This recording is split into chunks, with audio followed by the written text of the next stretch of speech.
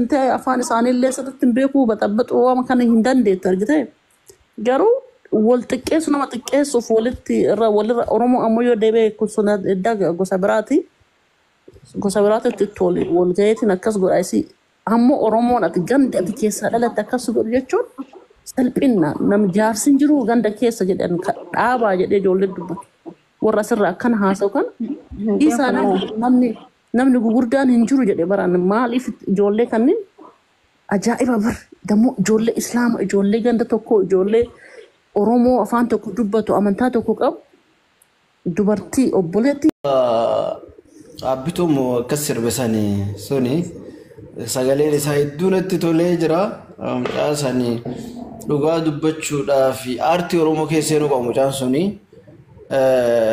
مجاسنا زوجر غاري دولة تولي مجادي كاسان كاكيزي توكو آتي أسرت ليس توكو يتشودا عشومو عشو والله مجاسنا سجلي نسا بجتون I don't know إمبيك ودلوت أما لفاد فاجر وانا كيسا نما كسا قاليني ساي بدا المدكات هي مجازون الدونة تولي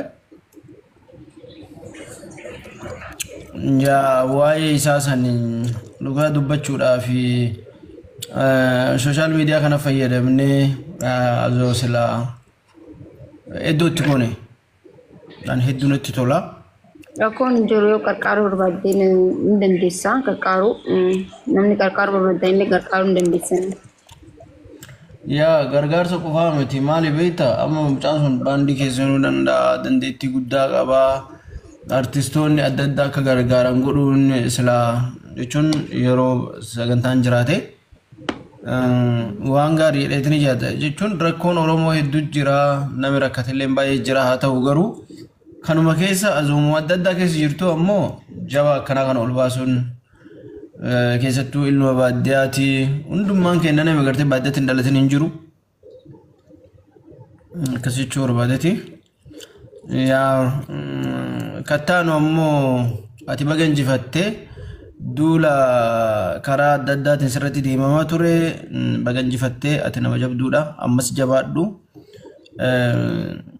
waan sirratti deemu ni beekta wanti na dhibu jiru amma harargee keessa namoota jajjabaa hedduu jira namni jabaan tokko dhiisaa ijoollee namni jabaan akkamitti dhabamee dhiisa taay aboo dhiisi atis dhiisi namni jooni dhabame bar kuutaa biraa keessa bar namni ol fixee bar jidduu dhaabbataniiti jidduu dhaabbatanii beekaan isaaniis ta'u feemasni isaaniis ta'u jidduu gizee namni arrabsamus taa'eetuma beekaanis taa'ee silaa dhiisaa jahus taa'ee silaala akkas jechuun kun immoo sirriidhaan dhiisa aboo atis dhiisi namni jooni hin dhabame jechuun I don't know maybe namni guddaan hin jiru jechuudhaaf namni guddaan hin jira jechuun maaliif akka kanatti walirra calistanii wallan laaltannanii beeku dhugaa yaa dhugaadha masii si arkeen ture masarat si arkeen ture bar yaa dhugaa dubbachuudhaaf wanti teettiku waan jiru maayikii amma duuli karaa adda addaatiin nama duratti deemuu ni mul'ata garuu ammoo tunoo ajandaan sun hin turu yeroo masaan agartee sheekotii maaliin namoonni adda addaatti baay'ee dhaaba garuu kagaranaa kun maaliif akka ta'uu dadhabe si qofa otoo hin taane namoota hedduudhaaf gaafiidha.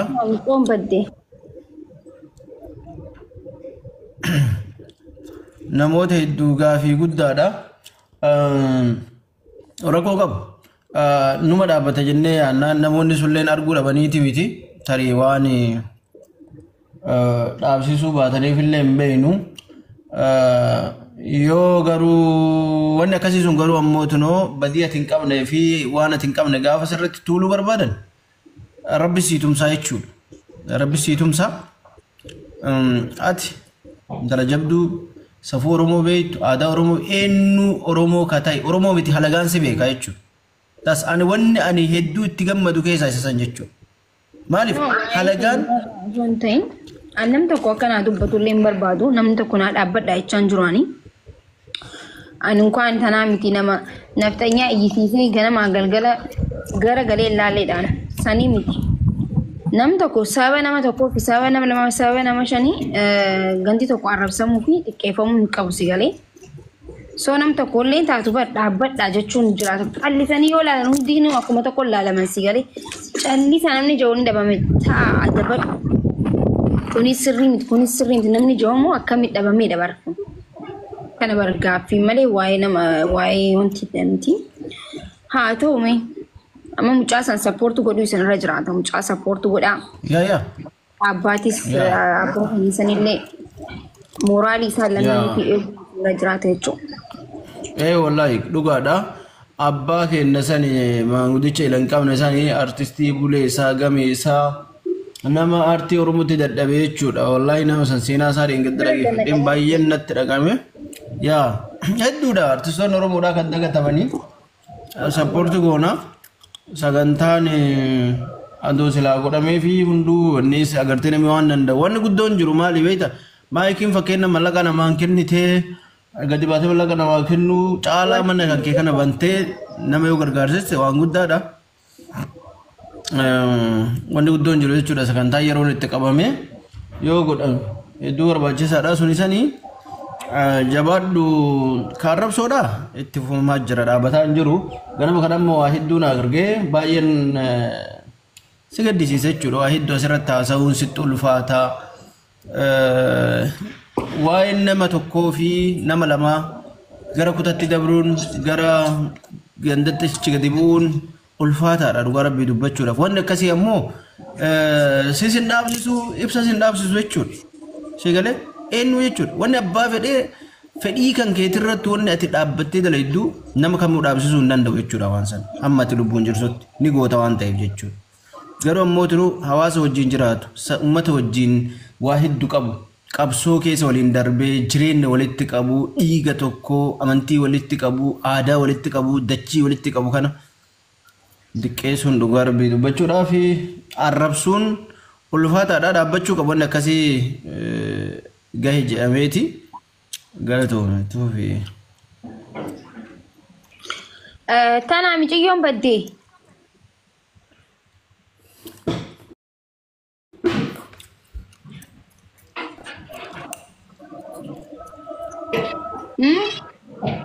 Tana.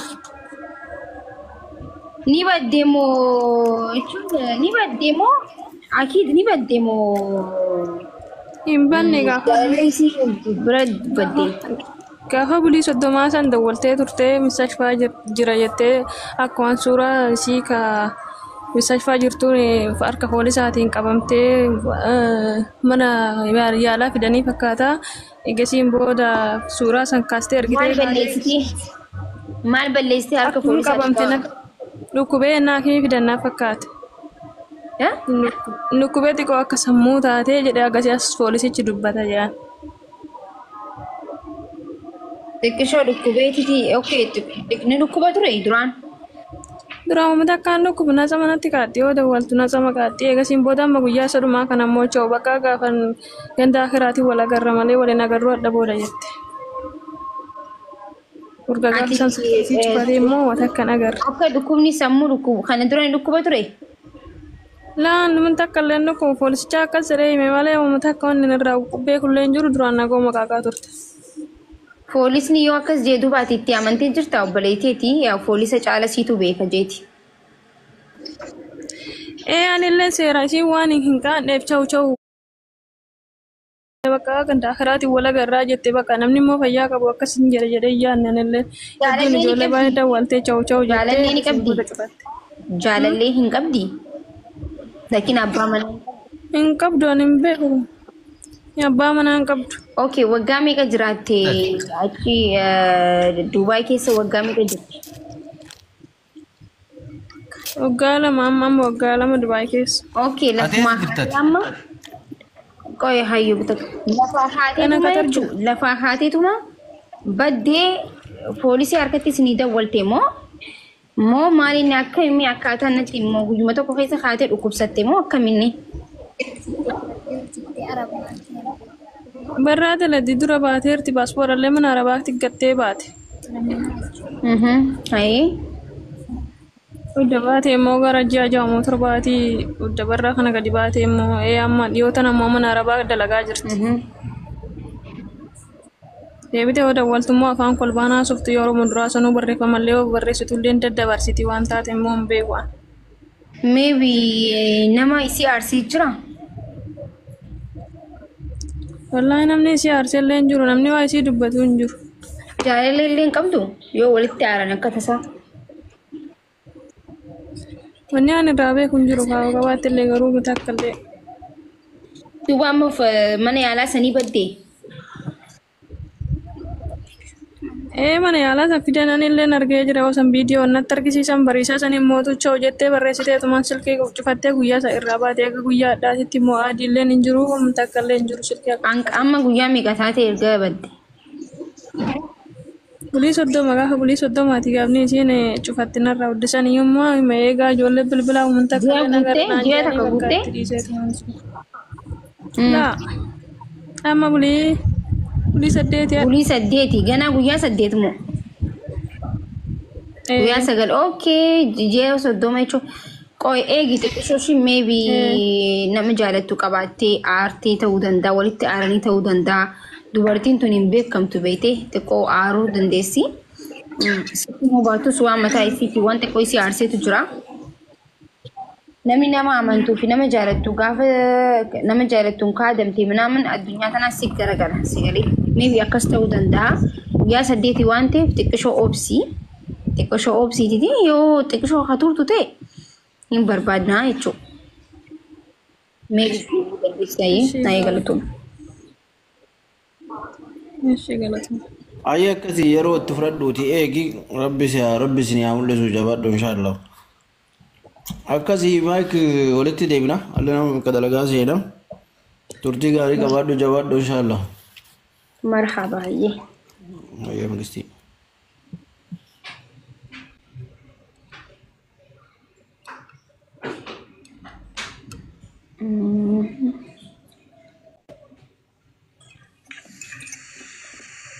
Hi, Maki. Qashtiin tolaa akkam jirta fayyaa keetii?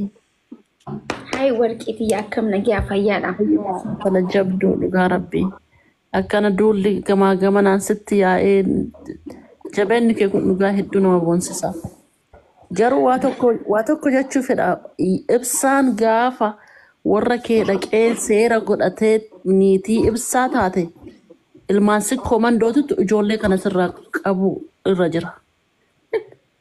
Dhugamaan jedha nama taphaa miti niitii nama jalatti Oromoon duudhaa qabaa aadaa qabaa niitii nama jalatti arrabsuun uf xiqqeessu waan ta'eef warri asirra afaan bana hundi faamilii qaban waan ta'aniif biyyatti jaarsotitti waliin qaaqaaf gosatu waliin qaaqa argite naannoo sikkoo mandootitti akkas niitii nama jalatti hin tuqanii gaafa inni seera kana godhatee fixeetiin jedhee warra kanneen warra asirra si arrabsan warra akkana waan hin taane sirra odeessan kanneen seeraan warri jaarsotaa walitti dubbatanii gosti walitti dhufee walitti dubbatee ofirraa dhaabuu danda'uu qabanii waan kana ibsaan hin beekan nutti muyyuun barbaachisu waan kana godhuu qaban. To be honest dhugumaanu waan nama jibbisiisaati. Warri akkana suuraa kan kennaa ijoollummaa kee gayyaasan suuraa tokko warra hin qabne qofa akkana fakkaatutti mee suuraa ofii gadaa baasanii ka ijoollummaa. Qashtii dhagaa sanis ni bareedda uma rakkinnan qabu ijoollummaa keessatti namni bara ijoollummaa fotoo hin kaa'aa waan barbaadeen ta'a arras dammoo akkasuma bareeddaa bara sanis akkasuma bareedda an hedduu dhugumaanuu aadonnoo oromummaaf akkana wal xiqqeessuu wal kuffisu maaf waan akkanaara walirra waan hojaniif annaan galle dhugumaan sin jedha. Ani bar kana dhibe anaaf inni addan baanu yoomillee garuu akka addan baane wal jaalanne rabbiin waamas waan rabbiin jiru malee ilmi namaa jiru hin taatu sila akka isaanitti bara adda yaane bara adda kunne bara akka isaanitti sila akka isaan maqaan waan hin qabne hunda narra kaa'an hin bar sila mee maal isaanii godhamee na walalchiisanii mee maal godhaaf gammachuu maal godhaaf mee. For sure tokko yoo ans jaalatu na fakkaata jaalala hinaaffaanatti fakkaata garuu namni garuu wanti kun akkanatti ittiin fufuuf hin taa'u arguu deemtanii gaafa seera amma asirra walitti wal jaalan jechuun hin taane gaafa Oromoon gaafa qe'ee namaa dhattee intala namaa kadhattee seera godhatte niitii namaa nama jalatti kun ilmaan sikkoo jala arrabsuu fi kaddu isaa wayya. So I hope waan kana bakka sirriitti godhanii waan kana hin dhaabsisan jedhee yaada. Garuu wanta asirra deemuuf waan baay'ee jechuu barbaannaa garuu ani personally an arraba ijoollee baalagee gabbu'ee ijoollee baalagee argitee reet isaa nama arrabsitooliin haasa'uu waan hin feeneef malee waan baay'ee qaaquu dandeenya afaan dandeenya aadaa keenya sirribbeenna safuu qabnaa waan baay'ee jechuu dandeenya garuu yoo of gabbuuftee nama ijoollee xixiqqootanii wajjin argitee baay'ee masi aarsan dhugaa waan baay'ee na aarsa wanti ijoollee Oromoo kun hedduu na guba dhugaa waa'ee nama baay'ee waan argu amma si'i akkana wannoo jechuu ijoollee